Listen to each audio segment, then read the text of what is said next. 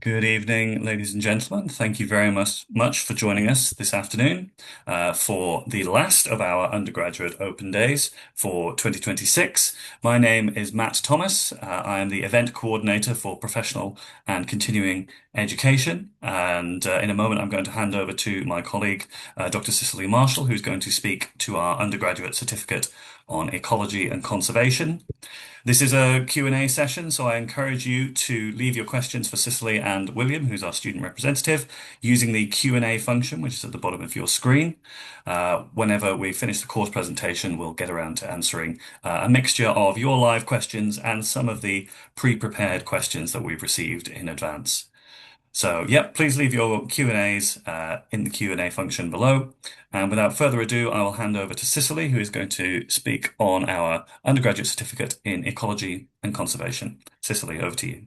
Thanks, Matt. Thanks. Welcome all to this to your undergraduate open day for the undergraduate certificate in ecology and conservation. I'm Dr. Cicely Marshall. I'm course director for the UG Cert in ecology and conservation, and this is my first year in the post, so because it's a new course. As a little bit about me, I suppose. My background, I call myself a botanist, ecologist, and conservationist. So I'm a terrestrial ecologist. I have a fairly applied research focus around how conservation is financed and what outcomes we tend to get under different financial models for conservation. My connection with Cambridge beyond PACE is that I was a research fellow at King's College for 6 years, and now I hold a joint appointment between PACE, so continuing education at Cambridge, to run this course, and my local university, which is University of Gloucestershire, which is where I'm based now. So I would very much like to talk to you about the ecology and conservation course today. It's a course that I love running, and I hope you will love taking it. The course that we are offering in ecology and conservation at the moment is an undergraduate certificate. So that's this first box on the left-hand side of your screen, the black box. It's an undergraduate certificate, which is an introductory course. So it's an open access course. You can come to it with any background.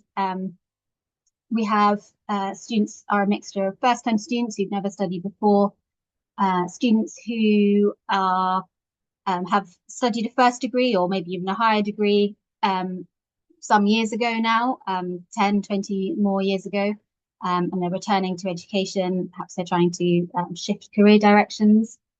And we have some students who are working in the sector, employed, or perhaps working in a voluntary capacity at quite a high level.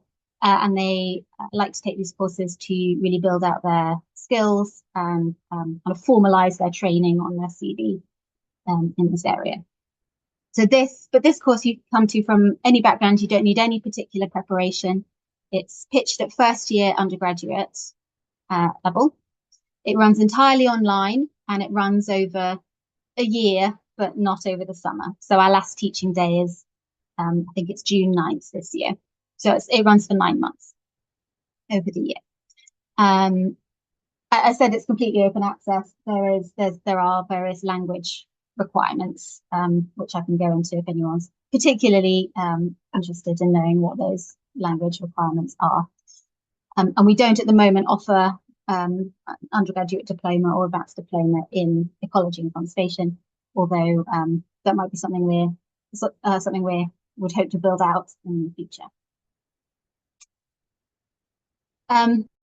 This is, ecology and conservation, something to offer everyone. So I mentioned the backgrounds of the students that we typically get,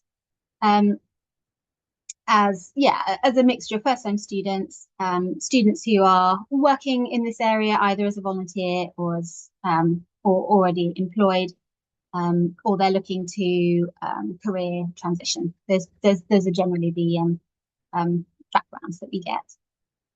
The course well, we have three units and they run over the 3 terms. We start with a theoretical ecological um, background or basis. That's like the fundamentals of the course. That first unit, we look at the principles of ecology. Things like predator-prey relationships. Uh,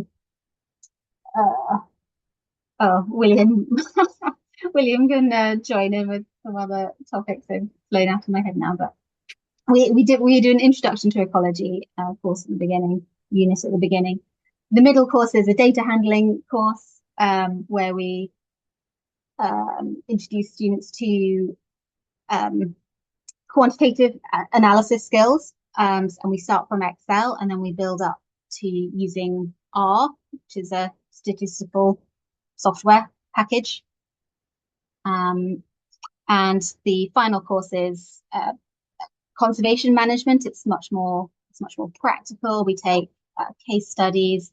We use lots of real world examples, and we try to apply those theoretical principles that we established during the ecology block, combined with those data handling analysis skills to solve problems, solve conservation problems in the final term.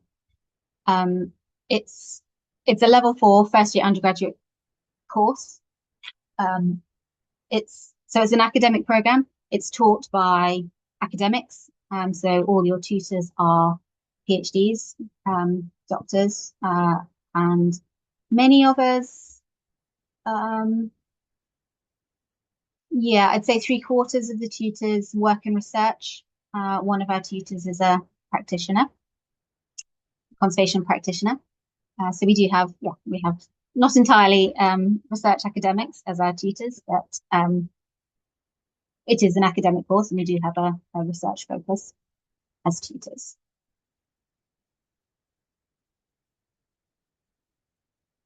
Uh, yeah, I already outlined the units that the course covers. So starting with ecology, running into the data analysis unit, and finishing on this quite applied conservation management unit.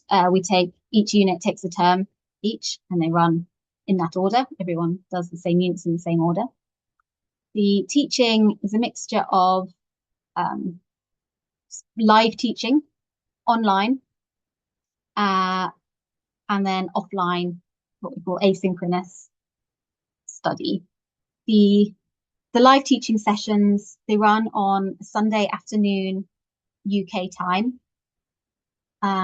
They're always recorded, so if you can't make a session, then they're always recorded and you can catch up at a convenient time. I will say that on our course, attendance is really good at those live sessions. So most of our cohort do come and do those sessions live, but obviously some students have time zone mismatches that make it really difficult. So there's 4 hours of live teaching on a Saturday afternoon with each block, and each block there's 4 blocks for each unit. So you'll have a total of 4 of these live teaching sessions for each of the units. So 12 total. And then the rest of your teaching hours are taken up by what we call the asynchronous learning. So we have we call it a virtual learning environment. It's a website with structured learning resources. We give you your Cambridge email address and you log into it. And we have lots of different styles of learning activities. So you can expect to do some guided reading. We have discussion forums where students respond to some prompt material that we give them, and tutors will jump on and engage in those debates as well. We have some activity sorts of learning activities. So we ask you to go away and do a task, maybe do some research or reading about an ecosystem that's local to you, and do some writing about it. Those sorts of things. The It's a 60 credit course, divided into 3 terms of 20 credits. A credit in the UK higher education system, 1 credit is equivalent to 10 hours of learning. So for a 20 credit term, you're looking at 200 study hours. So some students coming in are surprised, I think, sometimes, or taken aback a bit by the number of hours or the commitment, or the amount of material. We like to think of that as a positive, value for money. You want to get your money's worth and have plenty of content. And But it's benchmarked at half of a full undergraduate degree, half of the first year of a full-time undergraduate degree. So which if it was full-time, it would be 40 hours a week. So 20 hours a week would be half time. It's it, it's Yeah, it's not that much, because it would be 20 hours a week just in term time. But just to give you an idea of the level of commitment that it is. It is a commitment, it is an in-depth course, but it is very flexible as well. And we completely understand that people's availability ebbs and flows over the course of the year. And it's all right to be very engaged one term and have to step away another term and pick it up again. We understand that life moves in unpredictable ways over the course of the year. We also hold regular live Q&A sessions, which are not unlike this session, I guess. Students come online, I'm online, or the tutors run them, ask their questions and just check in and gather some feedback on the course, and do what we can to keep things running smoothly.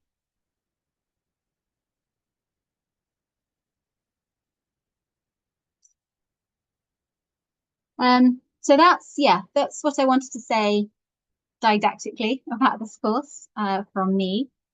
I will definitely take questions now from when Matt opens the question and answer section. You can always contact PACE directly with any questions you have about applications or the course itself. If they don't know the answer, of the content-specific question, they'll just pass it to me anyway. A couple of deadlines for enrollment, which are, well, you've seen them there, 30th of May or the 2nd of September. And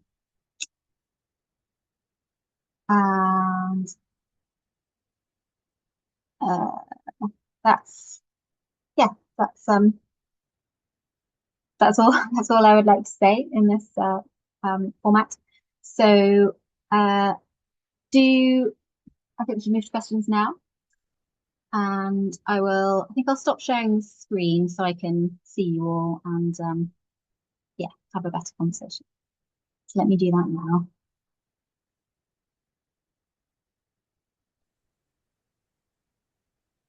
Hi. Hi. So I have opened the Q&A box. So if you have any live questions you'd like to ask us, please do go ahead. If not, we'll fall back on some of our previously asked questions. So this might be a good opportunity to introduce William, who is our student representative for this evening. William, would you mind just introducing yourself quickly and giving us a quick understanding of what brought you to the course initially and how you found studying with us? Sure. So, good evening, everyone. I'm doing the course at the moment, and we're just finishing the end of what's the second year it's run. I'd always had a kind of casual background interest in wildlife, which I didn't really pursue much. I did take A-level geography several decades ago now, but I never went on to university. And a few years ago, sort of during lockdown and around that sort of time, I developed more of an interest in wildlife. It kind of morphed into more of an obsessive interest in bats after I went on a bat walk. and started going to conferences about bats and reading scientific papers about them. And inevitably, that led to reading about other species and other aspects of ecology. I joined my local university library. I was in the days they still subscribed to print journals, so I started casually reading Science and Nature. And I'm still working in the technology sector, but I was kind of getting more, I guess, disillusioned with that, and I wanted to do something a bit more meaningful. And I was starting to learn about the conservation sector, but doing more voluntary work, nature reserve, bats, local wildlife projects in general, but kind of randomly without really much of a structure or a syllabus. And I was having to do it all by myself. And at that point, presumably, I'd become interested in enough things that I got an ad on Facebook for the course the first year it ran. I decided to wait a bit and do the following year. It seemed very low risk. 1 year part-time, as Cicely was saying, it's open access. You don't have to have any formal qualifications like you would if you're applying for a three-year undergraduate course. I'd read around the subject and continued to like the year or so, a few months before the course started. I also asked for a copy of the reading list because there's a pre-reading list you can get for all 3 terms of mainly popular science books. So nothing too heavy, although some of them can be quite long, but they are generally pretty interesting. And all of that really kind of helped reach a point where I thought, well, I stand a good chance of actually completing this. And I know it's interesting enough. And yeah, so I decided, as I say, to wait out the first year because it was the first year of course run. And I wanted to see if they changed it at all. But yeah, here I am, and I'm pleased and I've enjoyed it so far. Excellent. Good. Yeah. So let me move. We've had a couple of questions on the Q&A, and a question from Tilly is, does this course only run once a year, or can I start this course at another time? And the answer is that yes, it only runs once a year, but it does run. It runs every year. I can't totally guarantee that, but it does run every year. It runs every year, subject to numbers of students enrolled, and we're not expecting. We do expect a big group of students in the course, so it does run every year. That might be a useful thing for us to cover. What sort of cohort sizes do we tend to get on this course, Cicely?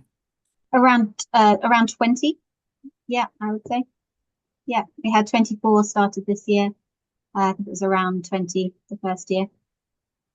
It's a really nice size. I think it's enough to build. It's small enough that there's you all get to know each other quite well, and you can get some cohort building and learn from each other and have some interaction. But it's not so small that everyone kind of drops off and you feel like you're working on your own or something.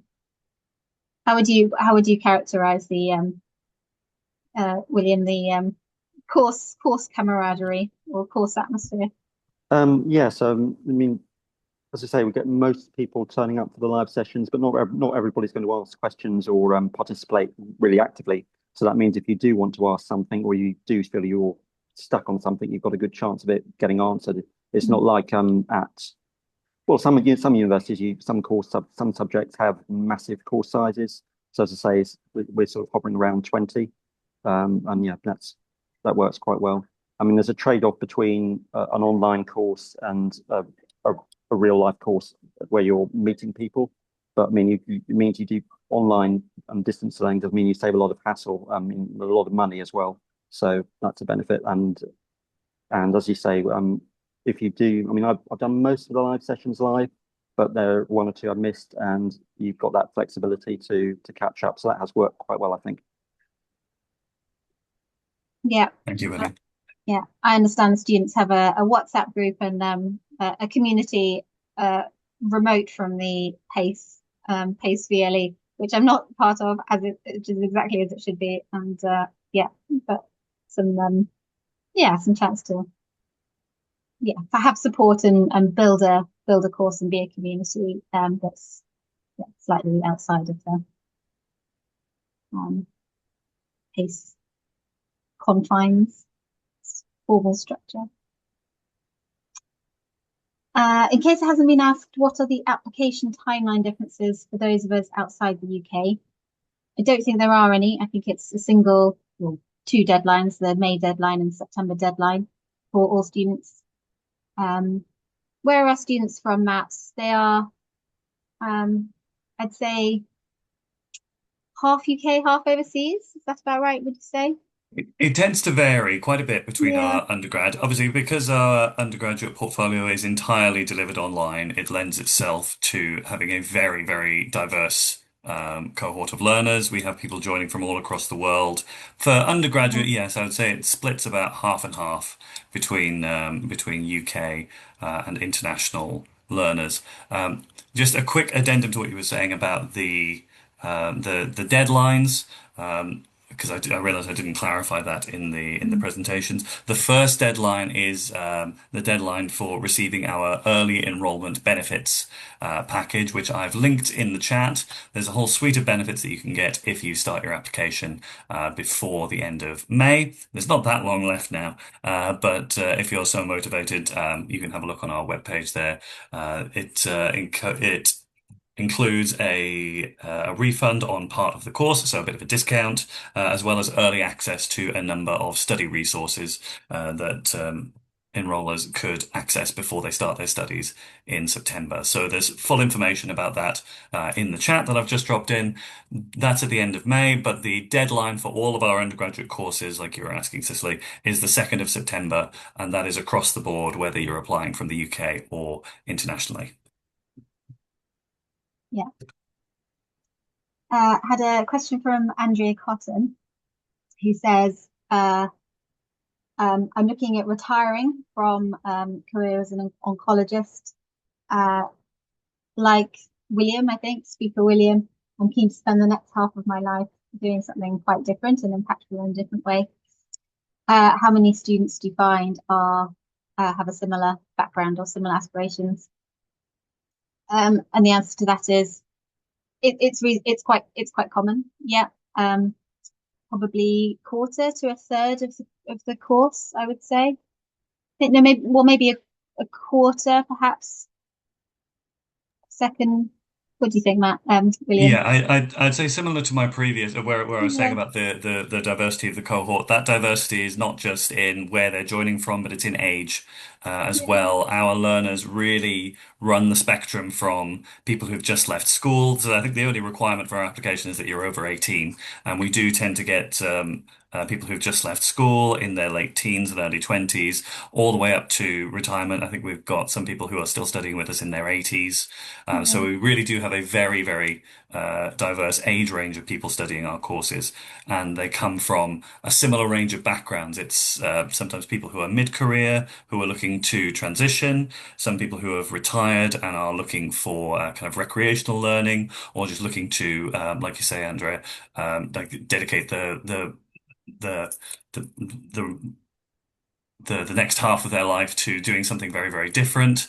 Mm. But also we have career starters as well who are looking to get started in a more flexible way than traditional university might offer. I think the addendum that you have, so uh, yeah, you have a son who'd be quite keen for you to study it together. I think that's unprecedented. I've not seen that before, but it'd be I very, think that's very. a We, wonderful we, we idea. would Yeah. certainly encourage it. I think the content of the course would certainly accommodate it. How often would you need to travel to Cambridge? As this course is delivered entirely online, you would not need to travel to Cambridge at all. However, all of our learners receive a university student card, which does give you access to the central library facilities. So if you were traveling to Cambridge at any point, you would receive benefits as part of studying with PACE. So there's no obligation for you to come to Cambridge, but there are benefits if you do choose to study with us. Yeah. And there's a sometimes there's a welcome mix or a welcome Oh yes, of course. I at the at organized the that. I should have at the mentioned very that. beginning of Yes. the year. So It's whenever we optional, of course, start but our if you Yeah, whenever are we start the term in within September, we reach. have a student welcome event Okay. where we invite all of our incoming learners to receive their student cards, mix with their academics and their fellow cohorts of learners. And of course, whenever you complete your studies, we then invite you to an awards ceremony where we can celebrate the completion of your studies in central Cambridge. So it's a very, very, very graduation day, although the terminology slightly differs. So I can't call it a graduation day, but it's an awards ceremony where we can all have a celebration at the end of your studies. Maybe also, if you do go to Cambridge, it's worth visiting the Botanic Garden and the Museum of Zoology, and there are a few other places like that, which are, there's a strong conservation centre in Cambridge. I'm just looking through the list of people we had on our course this year, and we had all sorts of backgrounds. And we got somebody who works at the UN in international relations, people who worked in culture, in horticulture, sustainability, someone who was a trained psychologist, um, freelance legal editor, Mhm. someone who was involved in acting, quite a few people who just, like me, were involved in voluntary conservation projects in the UK. Somebody who missed out on a lot of education, she said, but she grew up on a working farm. So all sorts of people, really. Maybe we're Mhm. skewing slightly younger, but there were several of us who are older on the course. That will obviously vary year to year. Yeah, yeah. Yeah, mid-50s is young to retire from a first career anyway.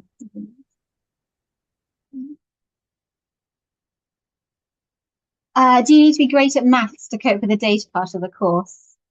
I would say you do not need to be great at maths to cope with the data part of the course. It's yeah, it's a first year undergraduate course. The Yeah, students do definitely have with different backgrounds, and the data handling course does yeah uh students move it that's the unit that students move at different paces through the material, most noticeably, I would say. Because if you have um a familiarity and experience with any kind of programming, analysis using Excel, or just yeah, even data, any kind of data handling in Excel, you'll find the content more familiar. And if you don't, then you'll find that you will move slower through the material. But it's all written and designed to be accessible to someone who has no background in these topics. So it is accessible.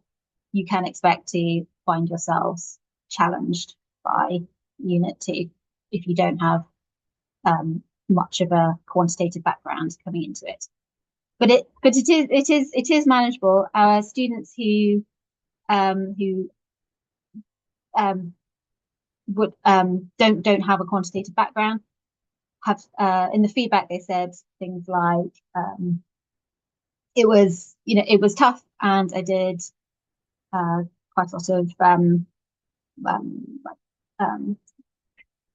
reading around the topic and asking for lots of extra help and looking for other resources that might explain things as well. But it was so rewarding, and I learned a lot, which is of course the point of being a student and taking on something new. So the less you know coming into it, the more you stand to gain from that particular topic or unit, don't you? So um, yeah, all to all to play for. You're not having to do complicated core maths and formulas and equations. It's mostly statistics. I mean, this wasn't on the syllabus or the pre-reading list, but I found this book quite useful. How to analyze data. That gave me a Okay. quick sort of start before I started that term. Mhm. But yeah, it's not the maths isn't terrifying, though everybody kind of assumes maths is a terrifying subject. Yeah, good. Is interest of the course quite competitive? It's subject to you might have a conditional offer based on meeting certain language requirements, but otherwise um, we are open access as long as you present as a real person and not an AI bot, and you have a legitimate reason for wanting to be on the course, then we would love to have you join the course. I might speak to that bit quickly. Mm. I think it'll all come down to the quality of your application, and at this point, I'll plug my colleagues in the enrollment team who will be very happy to support with helping you to refine your reasoning or your background. If you're concerned that your background doesn't set you up very well for this course, I'll re-emphasize Cicely's point that this is supposed to be an inclusive course. It's accessible to people who don't really have a background in the subject. So don't be daunted if you feel like you've not studied this area before. And like I said, my colleagues in the enrollment team will have multiple resources available over the next, or what are we in? We're in May now. So the next 4 months before the application deadline, we'll have multiple opportunities to help answer questions and help offer tailored application support as well. So I will quickly look for some contact details that I can drop into the chat. But if you're daunted about the application process or about it being competitive, like Cicely says, as long as you're able to give us a good reasoning for why you want to join the course, we make it to be as accessible as possible. So do not be discouraged. We're happy with those cohort sizes, like you mentioned. So there are some requirements, mostly the English language, but otherwise we're pretty inclusive to all people who apply for the course.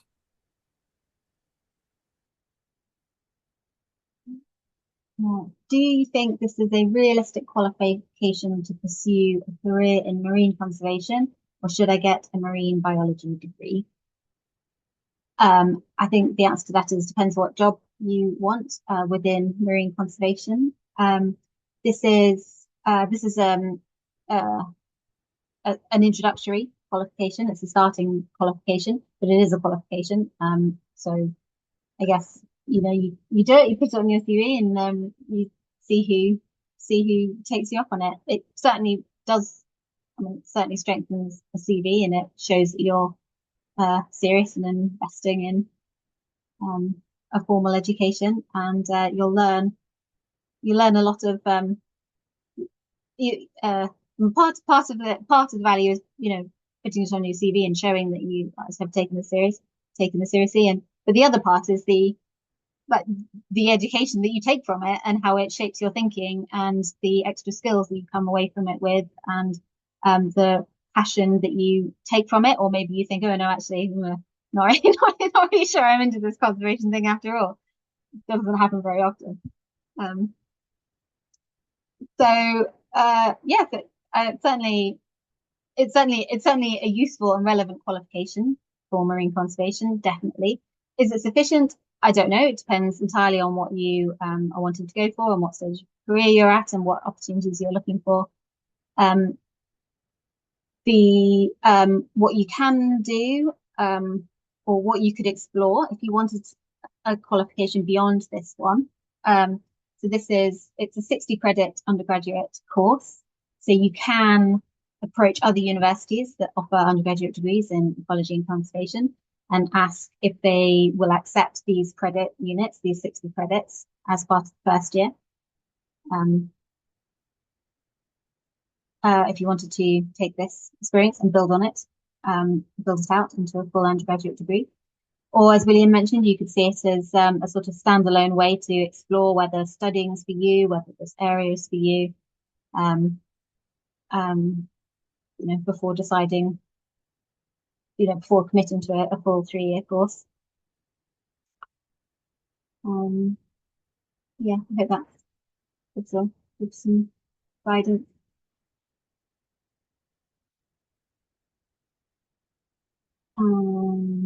Are there any specific topic foci on the course? Yes, certainly.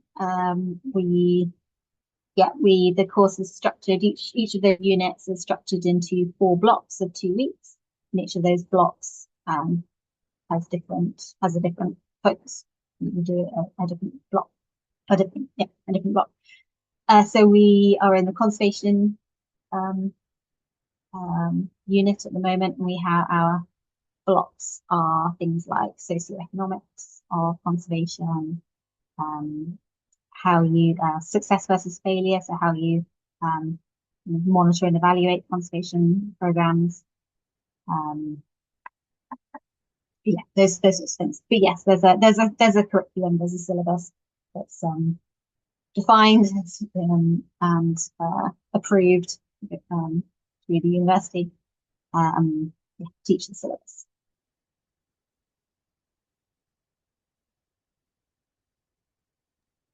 Fantastic. So that brings us to the end, unless anybody's got any burning questions that they'd like to ask us live. That brings us to the end of our list of questions.